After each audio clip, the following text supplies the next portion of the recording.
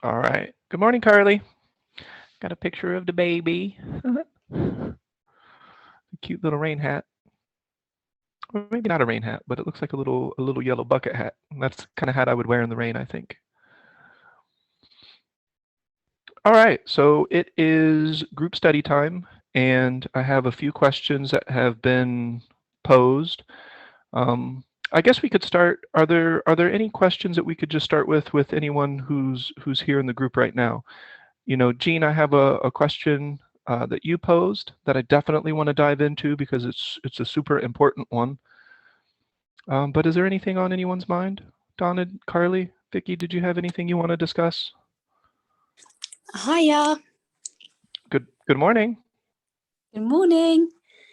Um, yeah, it was more about the points of attention. I know that you already have a video on it, but it was just getting more specific, what you were talking about before in terms of categories.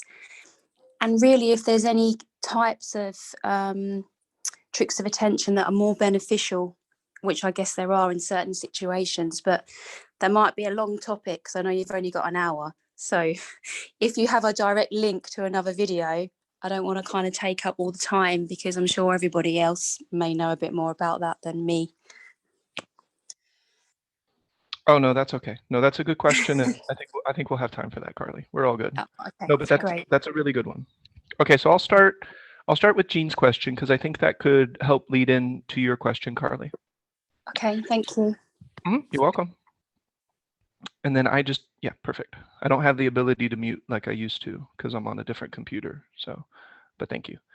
All right, so I'll just kind of do a basic review, but sometimes I think in the group studies, especially in the past, we would focus on things that are, maybe 2, 3, 4, 5 years down the road in the practice. And, I think that's okay, but some of these basic aspects, there's a reason that in the things that I create, I use specific wording. I'll call it a layer rather than a level because layers, and we're adding layers. So we're not peeling layers like an onion, we're adding layers onto a core. And the reason I use that terminology is because we're always going to be adding a layer in one way or another. But when we add a new layer, that doesn't take away from the layers that are below it. Those layers are vitally important for the overall, you know, construct of that onion, I guess, in this example. Right? So I don't like using the words levels. I don't like using the words, I don't know what other things besides levels, but like levels or mastery and things like this, because those types of things tend to negate those basics.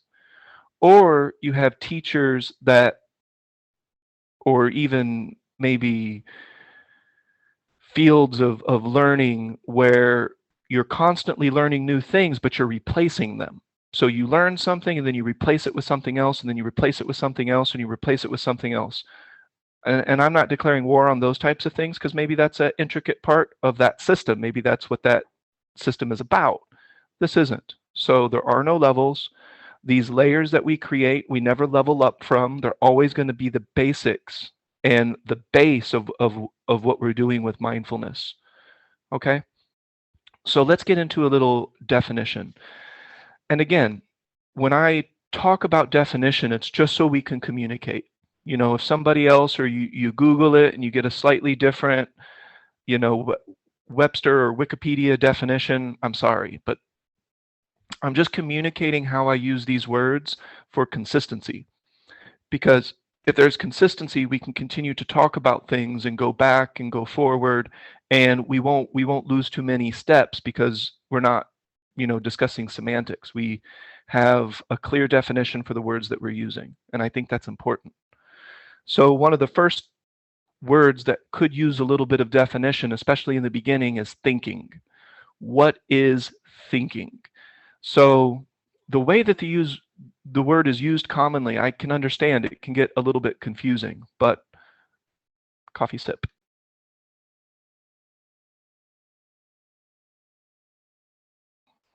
But when I use the word, I am specifically addressing verbal cognition, internal verbal based thought as thinking. So when I say, Gene, I want you to think about what you want for dinner, you would verbalize it in your mind, or to some extent, you could visualize it. You could visualize what you want, and we could say that that is a type of thinking, although I have a different word for that called visualizing. So it's not necessarily thinking. But if you're about to talk to somebody and they say think before you speak, what they're wanting you to do is recite the words in your mind before you voice them out of your mouth, just to make sure it matches your intent, or it's not rude or whatever. Does that make sense? So thinking, the way that I'm using the word, is fundamentally verbal based. My dog doesn't think. It has a mind, his mind is doing things sometimes. But I have no evidence and if my son was sitting here, he'd be like, well, you don't know what okay. We know about brains, we know about brain structures. I have a lot of reason to believe that either my dog doesn't understand words or he's just pretending because he doesn't want to be held accountable for understanding words. But to pretend, now he needs all other kinds of faculty of cognition that I just don't think is there. And that's okay. He's still a wonderful animal. So thinking, the way that I use the word, is verbal internal cognition. If you're thinking about something, there are words going through your mind about that something, right? Does that make sense? Any questions about that? Super important though, because if these definitions aren't clear, it can be very difficult to work with them. Okay, so another word that is kind of tossed around, and it can get very confusing because we're using the word in no real defined way. And again, that maybe it's just the way people talk. It's fine. I'm not declaring war on that, but it is really hard to get a point across to a group of people when we're all associating to a word differently. You guys could just leave this meeting thinking something completely different because you took this word completely differently than I did. So the next word is awareness. So imagine that your attention is like a light, and anything that enters into that light you are aware of. We could use the word cognizant. I am cognizant of X, Y, or Z. I am aware of X, Y, or Z. So let's say I'm sneaking up behind Gene. Now, unless he's doing his practice and listening behind him and putting some degree of attention behind his own body, and I've been kind of imagining it almost like the dark side of the moon. Like when I'm doing my bubble of perception, this is all really illuminated. That's easy. But to illuminate behind me, that requires a little bit more attention, a more distinct, point of attention. You really got to be doing that for it to occur. But if I'm sneaking up behind Gene and he doesn't hear me, he doesn't sense me, he will be unaware of me. Until I shout or I jump or I try to startle him, he was completely unaware of me. Now, the interesting thing is that the brain is processing things that you may not be aware of. It might be right in front of you. And so imagine our example of driving. We're using working memory, muscle memory, long-term memory to perform the action of driving, but we're not always cognizant of what we're doing, right? We're not always aware of the world around us. Even though our eyes are open, we may not necessarily be aware of the world around us. Now, it maybe has come into our field of vision, but we're not really paying attention to it. So two things have to happen. It has to come into your field of perception, and you have to pay attention to it to some degree to be aware of it. Does that make sense? Yes, Gene. When you say pay attention to it, that's close to aware, for me anyway. So pay attention to it doesn't necessarily mean forming the word of the description of that thing that I just became conscious of. It does not necessarily. I guess it's rhetorical. It does not mean that I form a word about a dog running in front of the car. That when it comes into my awareness, I don't necessarily say, oh, there's a dog running in front of my car. I just put on the brake or I steer out of the way. I don't think anything. I Bingo. think what you mean. Exactly. No, that's exactly what I mean. Imagine your mind if you were literally just like describing every single thing that happens in words. You know, Shayna has entered the room. Shayna has left the room. That cup is brown. That cup is, I mean, that would be the stark opposite of mindfulness. Okay, so anyone else have questions about the word awareness? So you can see, like, when someone says, I want to raise my awareness, what are you talking about? Like, where do you raise it? Where is it raising to? Maybe that is a thing, but please just explain what we're talking about to some degree of satisfaction. So I don't talk that way. I don't use the word awareness that way. The word awareness means to be cognizant of. I am aware of it. Now here's the kicker though. I just mentioned that you can have your eyes wide open and still not see the things around you. You're not cognizant of them because you're not directing your attention. You're not paying attention. One of the reasons that is because the light of attention is being decreased to turn inwards on thought. Remember, the more that Gene is thinking, the easier it's going to be for me to sneak up behind him because he's not projecting his attention behind him. Very likely not. Does that make sense? So mindfulness is the ability to observe and even engage without necessarily, and I use the word necessarily because sometimes we can use words to guide our practice. We can actually use the voice of power to help set a framework or a structure for what we're doing in the present moment. And I think that's fine until you don't need that tool as much. And notice I say as much because it's a layer. I've used that tool recently and I've been doing this for who knows how long, and I will still talk out my practice when necessary. Absolutely, 100%. I go all the way back to the very beginning of the 3 pillars, almost on a daily basis. On a daily basis, not almost, every day. To one extent or another, I have battlegrounds that I am navigating. Challenging situations, if we don't want to use the word battleground.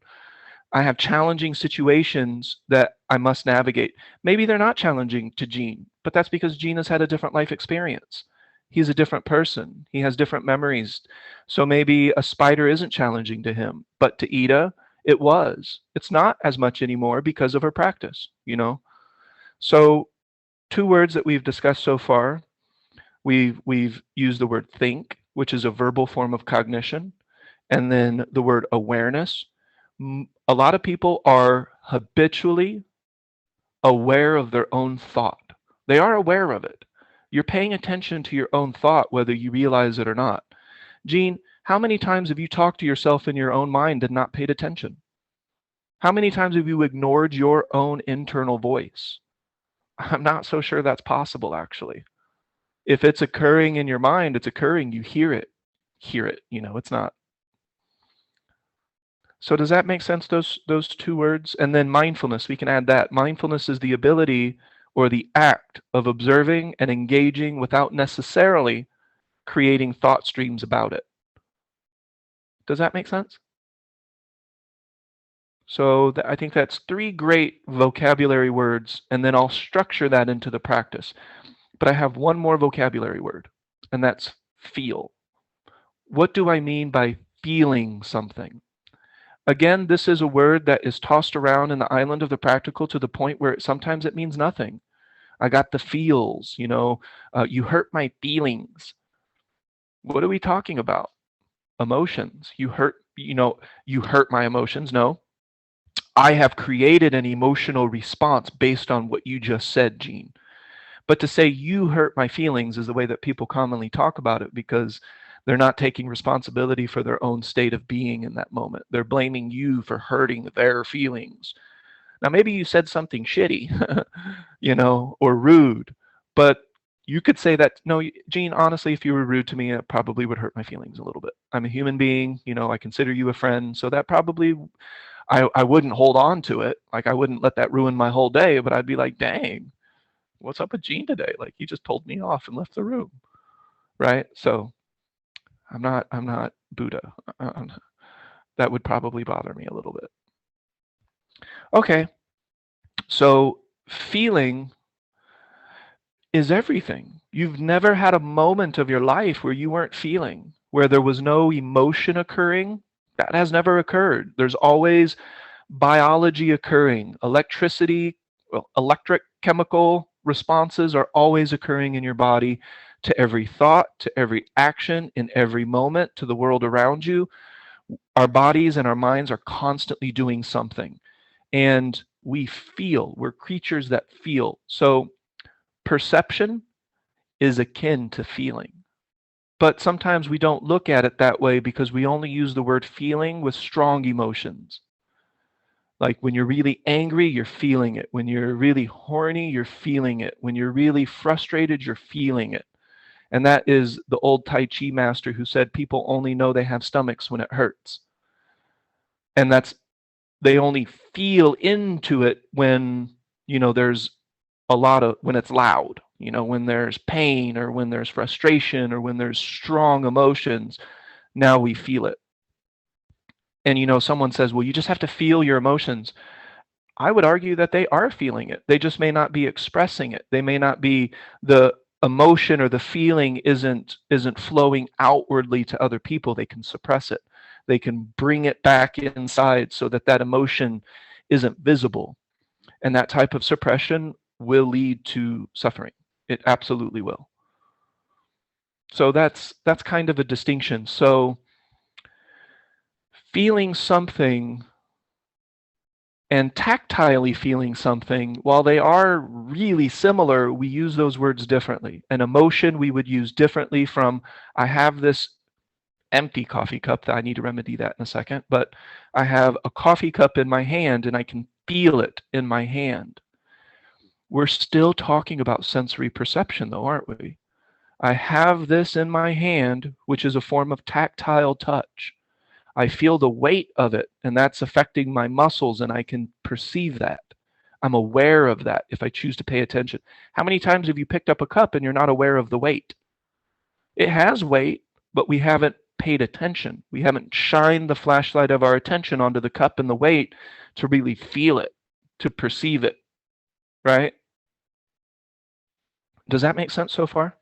Ooh, I It see does it. make sense. It's a separate distinction between the feeling of an emotion and the feeling of touching something warm or cold, as opposed to frustration or happiness. It's just a word that we use for both, but we're meaning a different thing if we're talking about emotion and something tactile. However, the thing that is the same about those two interpretations of the word is that they are sensory perceptions equally in my definition. Yeah. Introspection isn't, for some reason, considered sensory perception, but I think, Donna, we're kind of on the field where it is. We are perceiving it. We're sensing our own bodies via the peripheral nervous system. So there's a reason that's occurring. Now, Sorry, I yes, also no, go ahead. like that you like distinguish between like feeling your feelings and kind of saying that you think everybody does versus like expressing them, because I feel like a lot of people say you need to allow yourself to feel these things, and so it's kind of cool. I do think that everyone does feel them versus expressing them. That distinction is kind of cool. Mhm. Thanks. Of course. And then, later in the practice, we talk about being mindful about our own emotions. So let's say somebody does cut me off in traffic. I'm not Buddha. Maybe I do get a little bit irritated. What some people want to do is judge that emotion and try to change that emotion. And that's a type of force and control. And that could go back to our previous discussion on force and control. In this practice, it would be a little bit different. The emotion has occurred. I got a little irritated because, my cat keeps meowing in my ear and that sound of their people, meow. I'm not Buddha, but I'm also not going to feed it. I'm not going to deny it. I'm not going to do anything with it necessarily. I'm just going to continue to do my practice and it will continue to move and change naturally on its own. And over time, there may come a moment where I hear that meow or I get cut off in traffic and it doesn't faze me at all because it's dissolved. It's no longer a triggering force or triggering factor, if that makes sense. So we are fundamentally feeling. Like, I've never had a moment in my life where I wasn't feeling something. And feeling is intimately tied to sensory perception, and even our emotions, we're perceiving it. It's still a form of perception, even though emotions, that would be getting a little bit tricky in terms of sensory perception, because what are we sensing? Are we sensing the outside world? No, we're sensing our internal world. And that's okay too. I like using the word sensory perception with our own internal world as well. It's not just the external world. We're able to sense in, and I do have a stomach. Maybe I do have a heartbeat. I can sense in and I can feel that heart beating, and I'm like, oh, okay, that's happening all the time. I'm just not paying attention to it. So I'll give examples of tricks of attention, some distinct points of attention that I will use while doing other things. The easiest while doing other things is internal. Paying attention to your body. And if you're using the beginner portions of the practice, you can talk it out. You can use words to a certain extent. You can say, in this moment, I'm feeling into my feet. I am feeling into the floor. The floor is smooth. I can feel the temperature of the hardwood under my feet. My socks are comfy. Now, the reason that a person would be doing that is just to use the voice of power to direct back to the practice. That may not be necessary. That won't be necessary the further you practice, the more you practice. I do it all the time. I've been practicing for a long time, and I do it all the time because to me, it is the most direct way. The most direct way for me.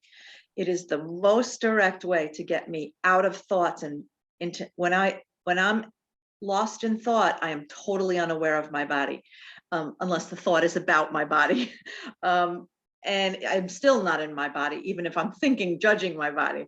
But the quickest way to get me out of some pull away from peace, with some rabbit hole I've fallen down, and it's always words and thoughts when that occurs, is to get in my body, to do just what you said, feeling the difference of temperature between the rug and the floor without saying it. I don't say words about it, but being in my body. As soon as I'm in my body, my posture gets better, my breath slows down. I don't ask it to do that. It just does by virtue of direction of my awareness to it.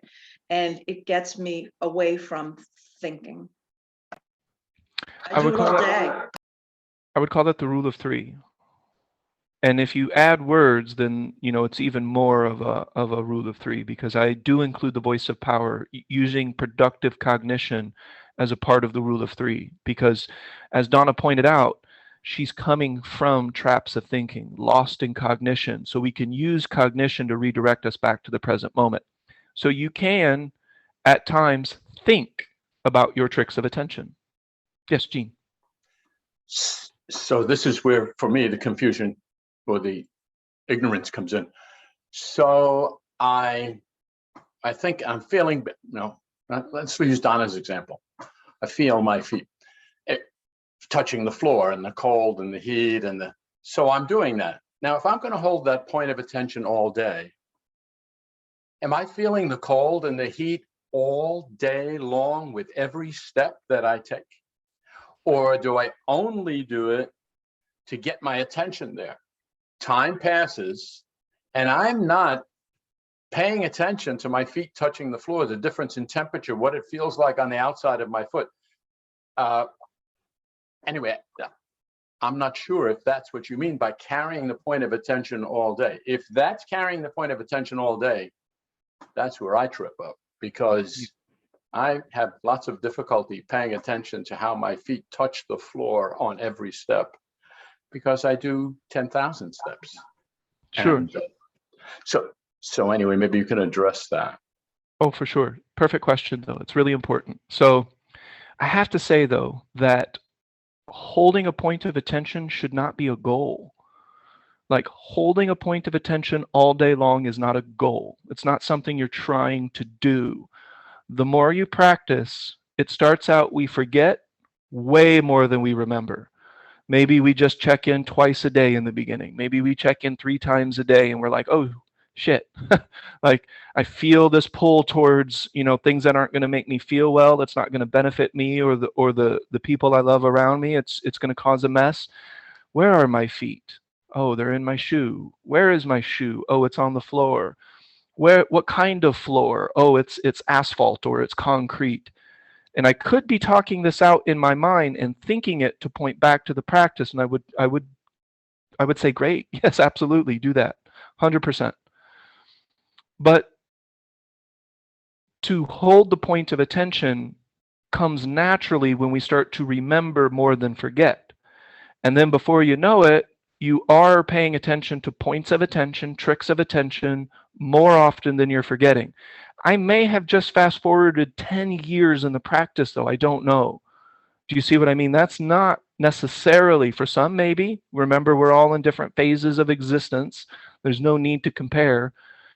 For some folks, maybe they're, remembering way more than they're forgetting because they've had 10 years of different types of practices and they just picked up on these concepts right away. If you had approached me in high school, I wouldn't have understood any of this shit. I'm like, what are you talking about? This makes no sense. Like, this is all a bunch of mumbo jumbo. Or no, I wouldn't have. That's a perfect example. Going back to what I said, if I feel, I'm in the process of selling my house, and my a trigger point for me is money. So I feel it in my belly. And I feel it right in my belly. When I get anxious, I feel my belly tighten. And when I'm relaxed, I can feel, I'm not aware of any tension anywhere. So when I start feeling, or I'm aware of words, a rabbit hole that I've gone down, or I say, oh, holy shit, I can't believe this happened. I'm like, okay, you don't have to, I recognize it sooner as a virtue of practicing for years before I do it for hours. Sometimes I don't, though. Sometimes it's hour, but most of the time not. I don't indulge it for long because I don't like the way it feels. And I've become accustomed to feeling better from the practice. So I notice it sooner. And then I go, where's my feet? We sat down at the table, Jean was with me, to talk with the realtors about all of the offers that we got. And I had feelings in my body that felt like anxiety. So I have a trick where I turn that into excitement because it feels the same in my body. So I imagine myself going on a roller coaster. And that's why my belly is, because I purposely want to have that excited feeling. And that's okay. I don't want to be in any extremes though. So we sat down at the table and I said, where are my feet? My sister-in-law, Jean's wife, keeps saying to me, Donna, this is good stuff that's happening. Donna, this is good stuff that's happening. And I think she thinks I'm just kind of flat. But in reality, I just don't want to live. I don't want to be in extremes. So I am practicing and I probably don't look very animated. But so to answer Jean's question, I don't hold my feet all day. I still don't hold my feet all day, but I can feel myself come out of balance. I can feel myself being pulled towards some direction that doesn't make me feel good. So that helps me to remember where are my feet. I was supposed to be doing feet. And so I remember my feet a lot during the day, probably more than Jean is expressing that he is, but not because it's such a great technique. It's just because I've been practicing. That's all. Mm-hmm. And we talk about that as the accumulation of momentum. And then that momentum becomes an accumulation of what I call personal power, intention, and will. Okay, so if I were doing a one-on-one, or if I have created a system, in that system I would say, Jean, okay, first of all, you don't have to do this system. You can do anything you want, but if you want to do this, I am going to tell you what to do. I would recommend either writing down or in some other way creating a toolbox. Because Jean, when I first started practicing this, I had to oscillate between a variety of different points of attention. This kind of segues into Carly's question as well. You can segment your day based on the things that you're going to be around. You can have situational mindfulness, situational tricks of attention based on different situations that you're in.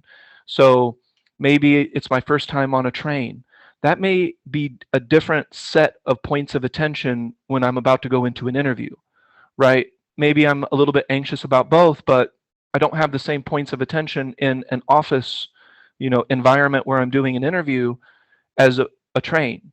Train, I have a window to look out. I can pay attention to the vibration. I can listen to the train sounds. In an interview, though, I have to pay attention to what the person is saying. If I have too much attention in other places, I can't pay attention to the human being that's talking to me. I might miss the question. I might not answer it correctly, and I might not do well in the interview because of that. So having a diverse toolbox is super important. And I would write it down on a note card, multiple tricks of attention. Or if I'm going into a situation, maybe it's something that I'm navigating, a challenge, I will write down specific things for that challenge and I'll take it with me. I'll include an object of power to help remind me of my note card, and my note card reminds me of my points of attention.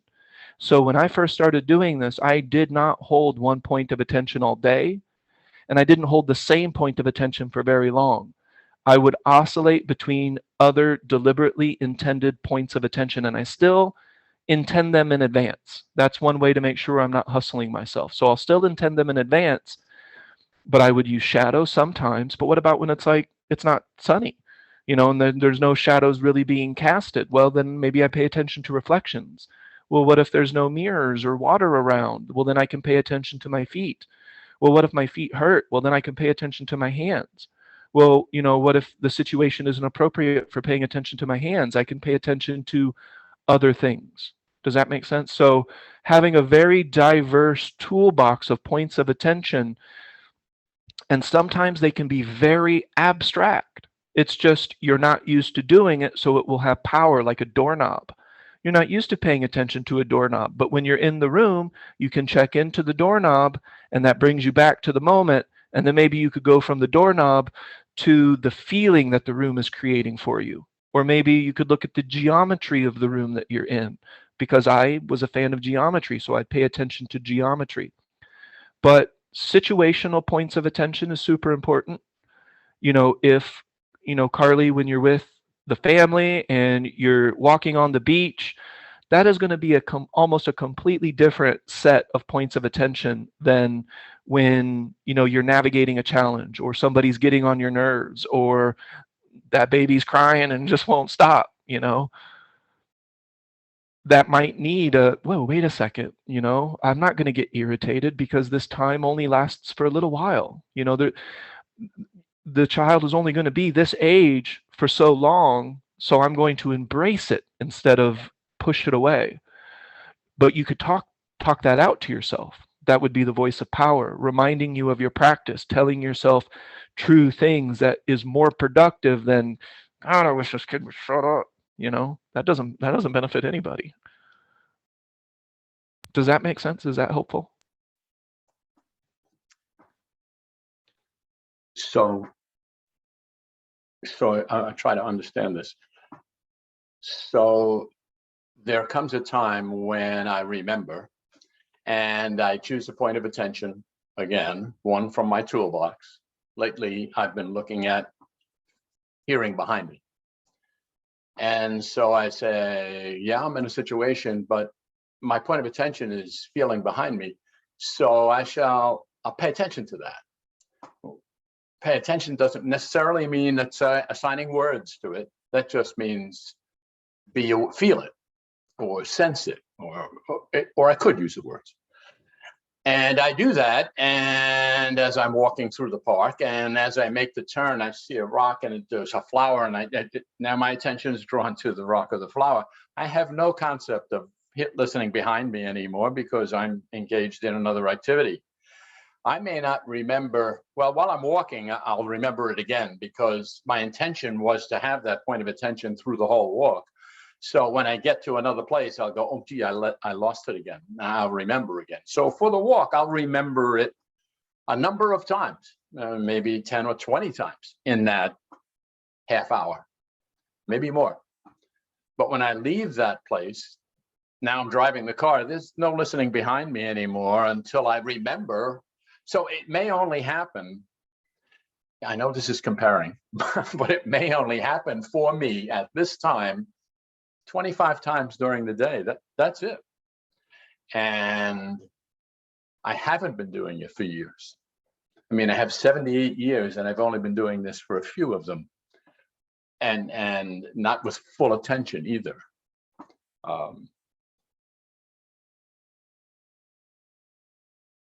That's all I need to say on that. I mean, that's the summary I hear you saying, and that I interpret that to mean that I'm in a process, and when I do it, I feel fine, and I often forget. Now, it's not 50-50. It's about 2% I remember and 98% I forget. So if I don't want to compare, there's nothing further I can say. However, if I add comparison, I'm projecting again. This could take quite a while for me to be 50-50, but maybe not. Maybe it'll just show up one day. It's possible. Anything is possible. Let me get a quick coffee refill, and I could shed some light on, like, when I first started to hold a point of attention all day, but it wasn't a goal. Like, it's not a goal. The only goal is to just remember as often as we can. That's it. And if 25 times is as often as you can, I promise that will be better than 0. That will accumulate over time if you're doing it every day. That it will accumulate. That's a factor, as long as you're not leaking power. And that's an important aspect of it. A quick refill, BRB.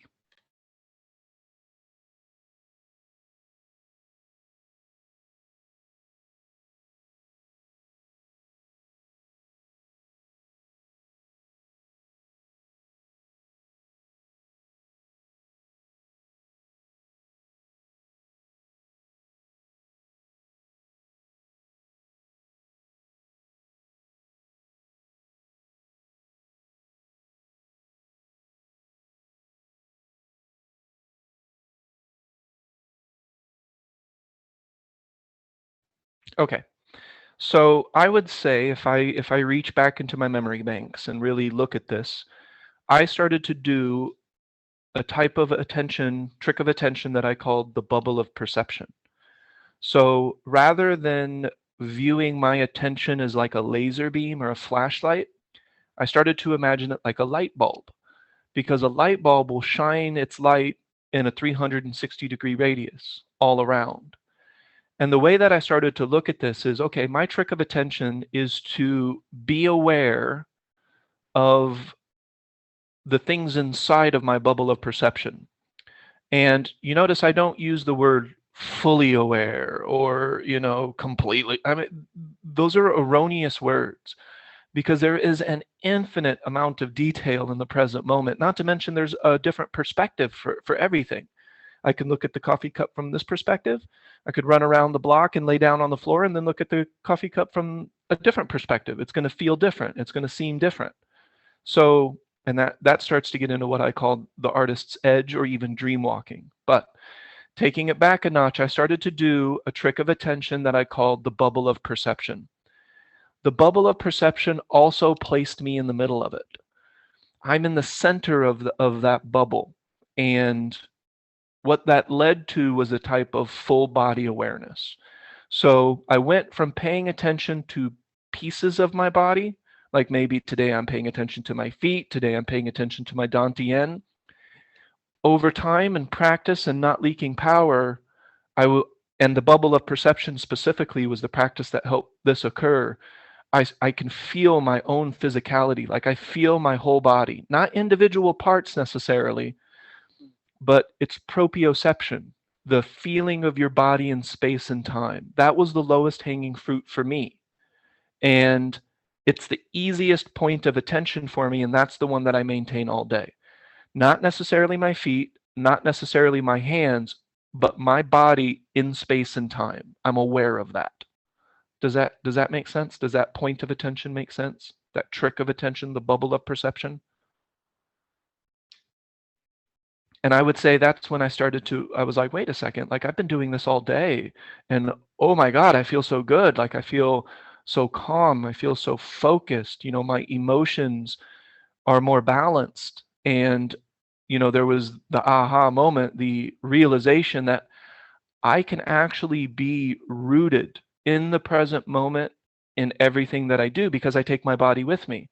When I'm at work, I'm in that bubble of perception. When I'm in a car, now granted, what's in that bubble changes, because when I get into a car, I touch the steering wheel and I can feel the vibration of the steering wheel, and that gives me an indication of the road, the contour of the road. Does that make sense? So I think that's one of the times where I was first aware of a point of attention all day long was my entire body. I don't think I've ever really, Gene, held like a doorknob or just my feet for an entire day. Yeah, and being aware of it, as you said before, doesn't necessarily mean attaching words to it. We just Not necessarily, unless you choose to. not necessarily, right? Well, I can't imagine attaching words to it all day long.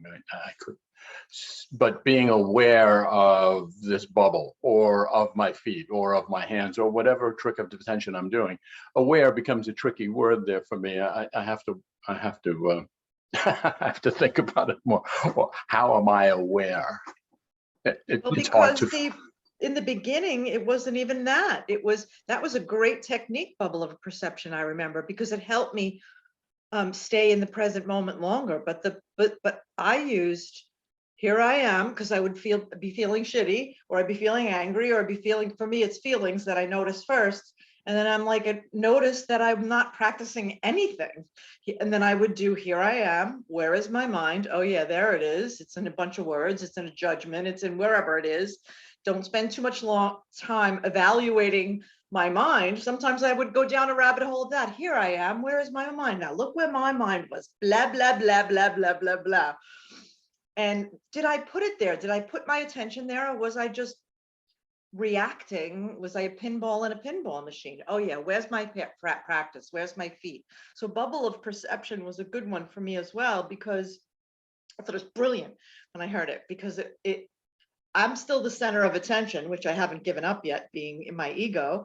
I'm the center of everything, but I'm aware of my body. And when I'm aware of my body in some way, shape, or form, in space, my posture, my feet, my breath, whatever it was, then I'm not in those, I'm deliberately choosing to focus on that. And that was just a practice of being deliberate, was noticing that I'm not even present in my own existence, and being deliberate about my awareness was what I did for the first years.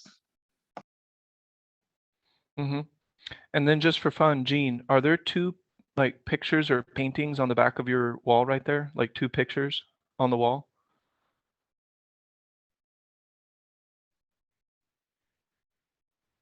They're there, right? I don't know what they are exactly, but I see two frames behind you. Oh, I can't hear you, Gene. Oh, they're just two frames. They are? They don't have pictures in them. Okay. Were you aware yeah. of them before I mentioned it? I believe not. No. No, but they were there, right? Yeah.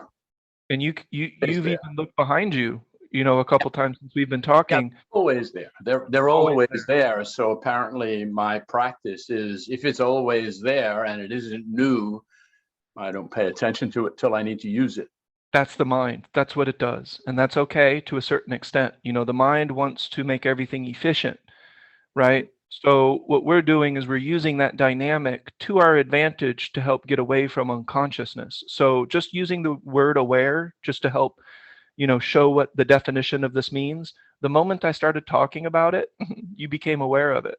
True. The light of your attention was now on the words of the frames behind you, and then you even looked behind you to see them. You're now aware of them, but they were there the whole time. You could even enter that room, look right at them, but yet you're not aware of it consciously because there's no volition of attention. Does that make sense? So does that help, like what we mean by the word aware? You can become aware of something by placing your attention on it. Right. Generally, I'm not aware of those things back there until I need to use them. But becoming aware of it as a point of attention is I choose it for no other reason than just to choose it, not because I need to use it. Mm-hmm. Unless you do, that I'm not against that. In the beginning of the practice, if you look at a flower because it makes you feel happy, that's an amazing point of attention that also makes you feel happy. Granted, that's not a necessary part of the practice per se, but it can still be wildly valuable to have points of attention that also make you feel good, that feel cozy. Maybe a soft blanket, maybe wearing soft socks. I like soft things on my skin because it's a better point of attention than rough things. But paying attention to it is the same. It's something I'm not used to paying attention to, so it's going to have power. But hey, I prefer soft things. Soft But things choose make it me in happy. advance. But it's still choosing it in Just don't advance. feel a soft thing and say, that feels good. No, so Or now I it's still in your could. toolbox forever, right? So Yeah. when it comes up, when your awareness goes there again, it's Mhm. something you chose. Exactly. And that's Okay. why if you have a wildly diverse toolbox, Right. there would be no situation that you're in that you can't find valid points of attention. And by valid, your mind isn't habitually used to paying attention to it. So let's see, Vicky, the difference between fox walking and dream walking. Dream walking is an effect. So fox walking, and I was going to mention this, Gene, but it slipped my mind. But with fox walking is the four modes practice, right? So we can pay attention to what mode our body is in, from sitting to standing to walking. Fox walking is just a walking mindfulness practice where in the book The Voice of Power, I'll talk about paying attention to your feet with your steps, paying attention to your posture while you walk, paying attention to the world around you using deliberate points of attention.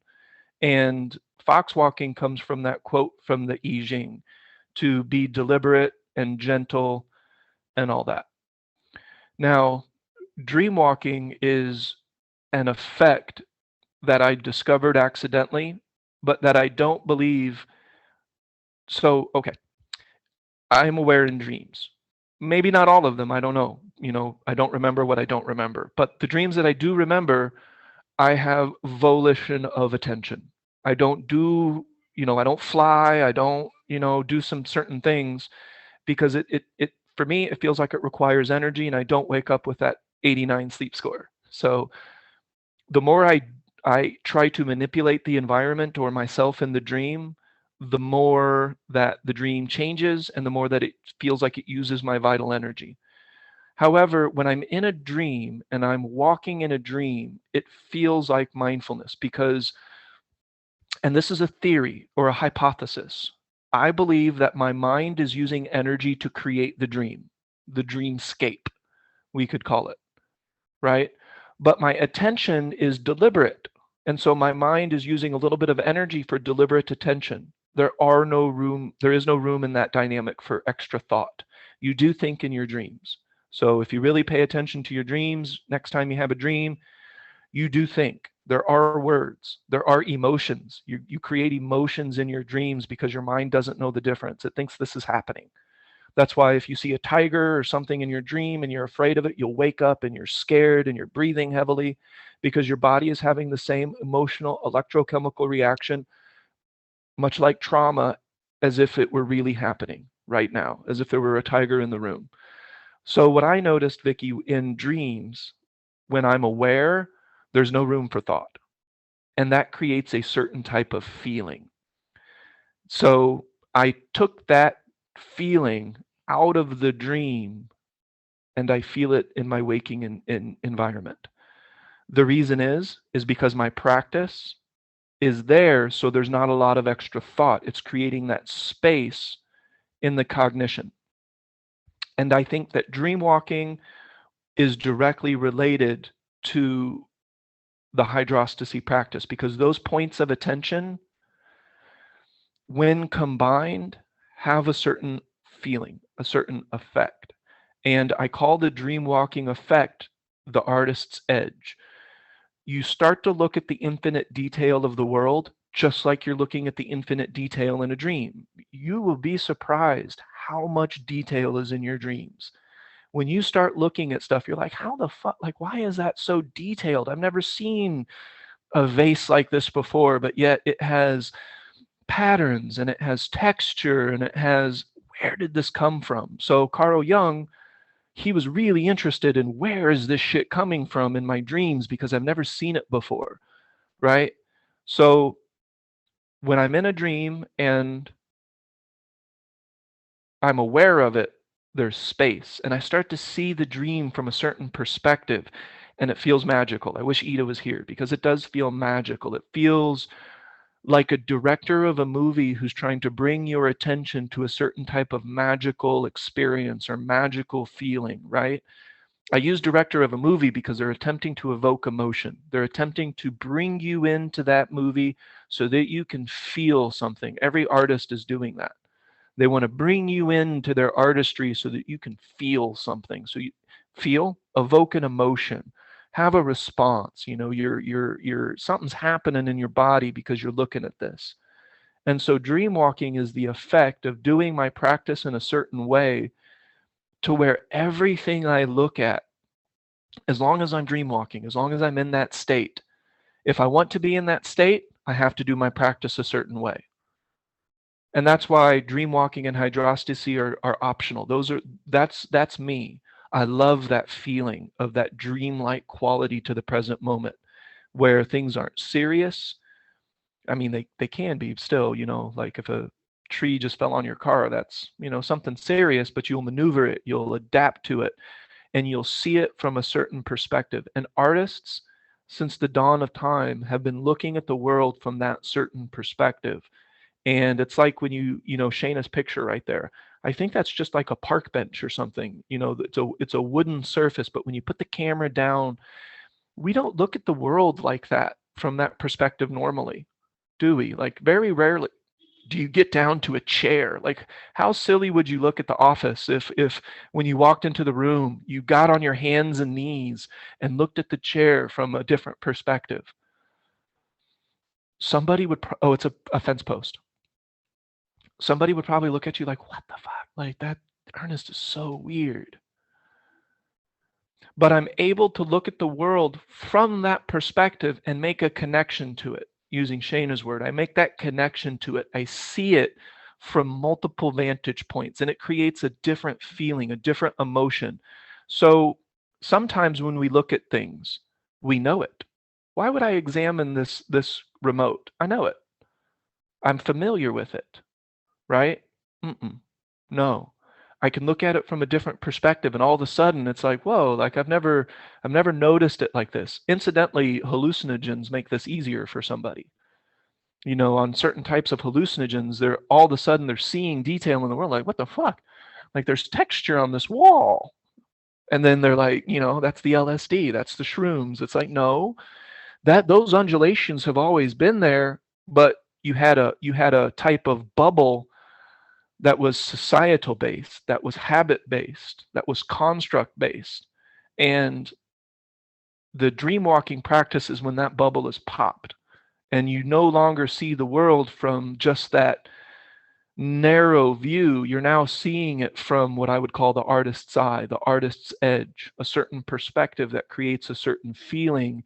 And it really feels dreamy. It has like that dreamlike quality. So what I'm suggesting is that a person doesn't have to be aware in their dreams. I can help a person find that feeling of dream walking, even though they've never been aware in their dreams. That's not necessary. That's not a necessary factor to feeling it in your daily life.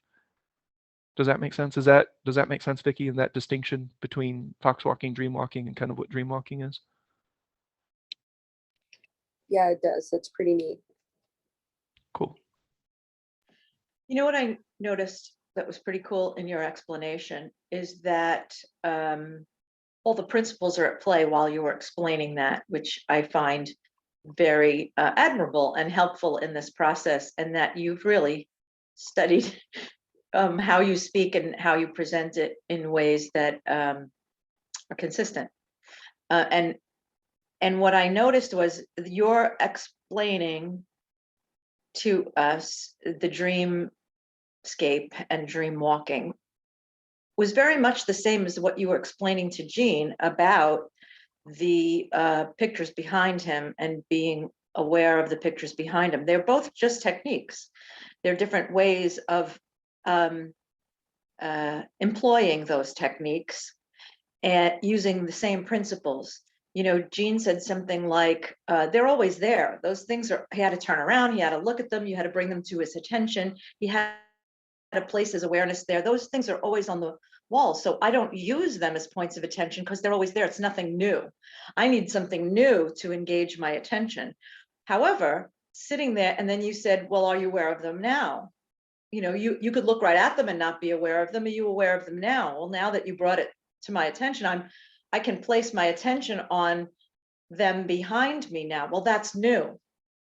So the technique is only as good as our ability to use it and find a perspective in it that engages us to keep our awareness deliberately in that place. And the new factor is one that we all use because, you know, you want this new coffee table because you like the way it looks and it's going to fit perfectly in the room, and you measure and everything. And how long does it take before that coffee table just becomes a wash of all the things that you don't really look at anymore? It's about how you place your awareness on it. Our feet are on the floor a lot of the time, but we're not necessarily aware of what that feels like, or the soft sock or the rough sock. So it becomes new again because we've placed our awareness on it in a different way. So yeah, your explanation is consistent throughout all of them. And that's why it works, because of the practice that we are deliberately placing our attention in it. And the points of attention are just tools for us to use to make that engagement accessible in a way that we can really be fully present in the moment. Yeah, I Exactly. agree, Donna. I agree. And I think it helps also to keep it specific sometimes. Like when Ernest and I fox walk, when we focus on our feet, we focus on heel to toe, heel to toe. Are we shuffling? Like, does your foot go across the floor, like across the ground and scrape the concrete? We try to not do that when we are fox walking, and that helps with the attention on the feet, being specific in your action of how you're walking. Are you lifting your foot up? Are you specifically heel to toeing it and not shuffling against the concrete? And I think that helped with the point of attention on my feet, and that accumulated. And so that was always like a point of attention for myself throughout the day because of our fox walking practice. So I think it helps to be a little specific in your point of attention as well. Right, because it's just increasing the data points. There is no right or wrong about how you walk. You could say, let's fox walk, let's shuffle fox walk, and then you purposely drag your feet along the floor. I mean, it doesn't really matter, but fox walking has these dimensions because you chose for them to have these dimensions, and inherent in that is just you're populating your data in your bubble of perception with all these different points, which makes you more fully present in the moment, which is the whole point of the whole kit and caboodle. Right. And I would add that the only goal is just the third pillar, as often as you can remember. That's it. And if you don't remember often, that's okay. As long as you're not leaking power, you'll remember more and more and more and more. And even that, the goal isn't necessarily remembering more than forgetting, because typically when we use the word goal, that is going to include a stream of thought. Where is that goal coming from? You know, it's going to come from an idea, a concept that we verbalize, and that can have a usefulness to a certain extent, but it can also be a wild distraction. And I think Gene was kind of feeling that it kind of distracts him from his practice when he's trying to hold a point of attention all day or hold multiple points of attention in the same moment. Trying to do that is a type of force. It's a type of control. And I almost promise that he's engaging in verbal thought cognition about it. That goal is emerging as words in his mind. So it's like a goal, no goal. My goal is to engage the third pillar, which is deliberate attention in the present moment. We have presence, the ability to be present, mindful, the ability to be present, but not necessarily creating new thought streams about it. And then deliberate attention helps us maintain our mindfulness and our presence, right? So the deliberate point of attention is the anchor to help elongate and maintain mindfulness and presence. And just by doing that, eventually you notice that you start to remember more than forgetting. And then, just depending on the intensity and focus of your practice, you may notice that I've been aware of my body all day. I've been aware of my breath like a great portion of it. Yeah, I lose it every now and then, but wow, I feel so great. And then that feeling will start to associate to the practice. And then we'll associate like, oh, I'm starting to feel shitty. I'm going to go back to my practice because I associate feeling good to my practice. And now all of a sudden, we're not verbalizing the goal in our mind, but it's still kind of there, because the goal is to enjoy life. The goal is to feel the diversity of it all. And, we talk about emotions and that we don't want to deny emotion. We don't want to say that this emotion doesn't belong in the human experience or whatever. So we want to feel the full diversity of it all in a functional way. And I would say that Transcendental embodiment approach includes sensory attention training, cognitive attention training, cognitive redirection, and then eventually behavioral redirection. And so you can change your behaviors using this practice based on how you feel. And I'm constantly changing my behaviors. Like I'm dropping things left and right that just don't serve me, that before I didn't really realize it until I start to feel it. And I'm like, whoa, this just doesn't really serve me. So I'm not going to do it anymore. I just drop it. It's fine. I don't have to declare war on it. I don't have to, starting Monday, I'm never going to do this again. Now, I just want to make a quick distinction though. Hydrostasy is what I did. They will be all of the points of attention that I focused on. And I do believe that mind gazing, defocused vision, maintaining a bubble of perception creates the dream walking state. And the reason I believe that is because when I'm in my dream, my mind is creating the dreamscape. That's not that much different than right now. Your mind is creating the perception of the world around you. It's creating that. So your mind is, and so Jean's mind is creating a perception, my mind is creating a perception, and we're perceiving something similar because we have different brains and different, different physical or similar physical bodies. We both have eyes, we both have ears. And so we do perceive things similarly. That's the perception of the hawk. The hawk might perceive it completely differently. And neither perception is more right or more wrong. So hydrostasy is very detailed. I will give you these points of attention and you can either do them or not. If you don't, you're not doing the practice. If you do, then you're doing the practice. It's that binary. T can be really, really diverse to you personally, So T, I wouldn't say do this or do that. I would say this is what I do, but you can go do whatever the hell you want. As long as it's deliberate, as long as it's on purpose, you're doing the practice.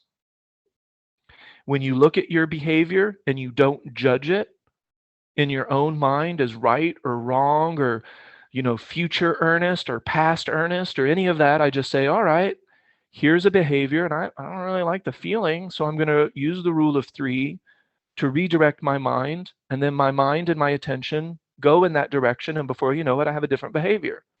The behavior follows the direction of attention. It follows suit. It just does. The behavior will always follow the cognition.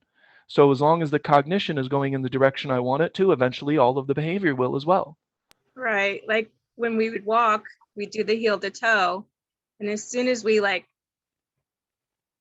you lost it, because you do shuffle your feet, you end up scraping your foot against the ground or you almost trip. And then you don't judge it. You just go back to your heel to toe. You're just like, oh, okay. I'm not paying attention to my feet. So you go back to your heel to toe without judging it. And then you start to accumulate it even more. I want to add something definitely to at what you're saying is that that judging and scoring is a big deal in the beginning, because we're evaluating whether we're doing well or not, or we're wanting to be further down the road or leveled up or whatever I think it is. But I think that but really helpful thing for me, and you don't want to hustle yourself, and I think that one of the things we learned early on while practicing was, I can't help but notice that. And when you start a sentence that way, you are making yourself, you're bringing to your awareness the idea that I didn't judge myself in the moment when I was doing it. I was just doing the practice. I was shuffling my feet, or I wasn't shuffling my feet. I was, doing precisely all the points that I intended, or I wasn't. But the fact remains that whether I was or wasn't, I am still doing the practice.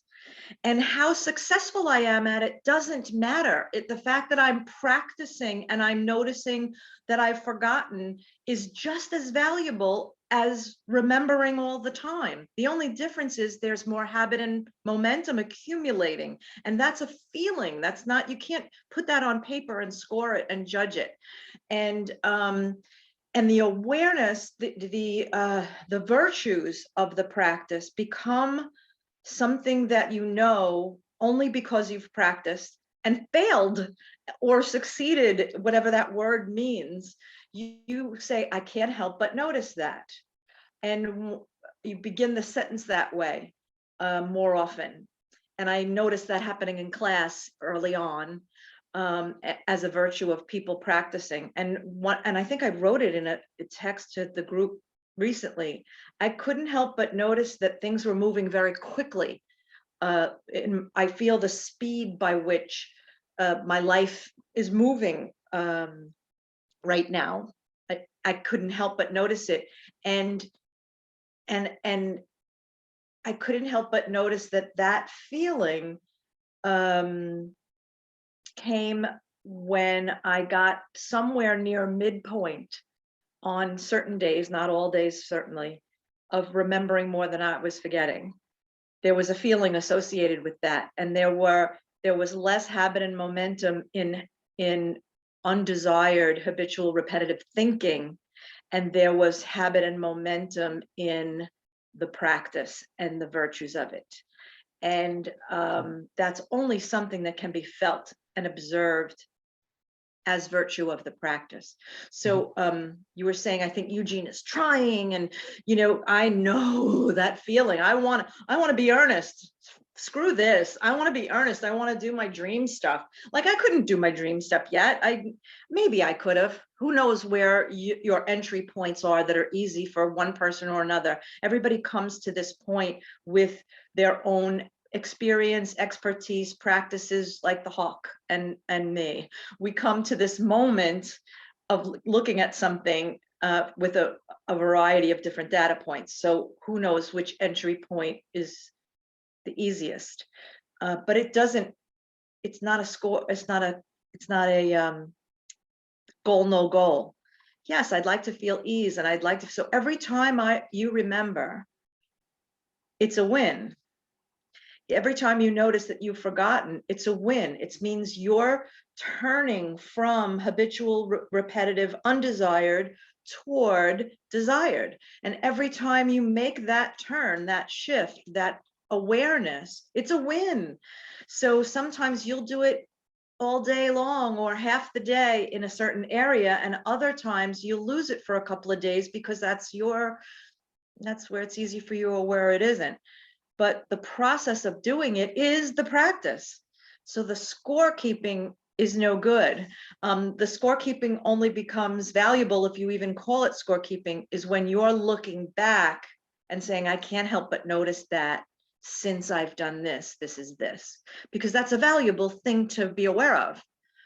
It's not a scorekeeping, beat myself up because I'm not doing well as Ernest, or I'm not doing well as Gene does when he does that, or yeah.